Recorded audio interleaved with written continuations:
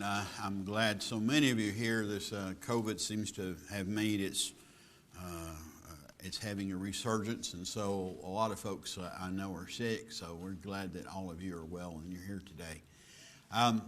What we want to look at, last time we looked at the cause of conflict, and this morning we're going to look at the cure for conflict, but we'll do just a quick review of where we were in James chapter 4.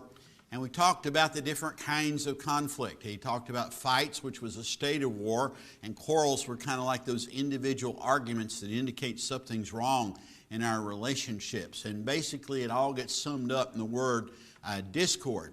Now we talked about the fact that man is made up of three parts. We are created in the image of God. God is Father, Son, and Holy Spirit. And so when He made us spirit, soul, and body. And of course, this is one of the reasons I don't use the NIV Bible, is because they don't translate the word soul very often in the New Testament. They thought man was physical and spiritual, the writers who wrote that particular version of the Bible. But we're spirit, soul, and body, and we need to understand the difference. The spirit is the major part of us. It's the part of us that communicates with God.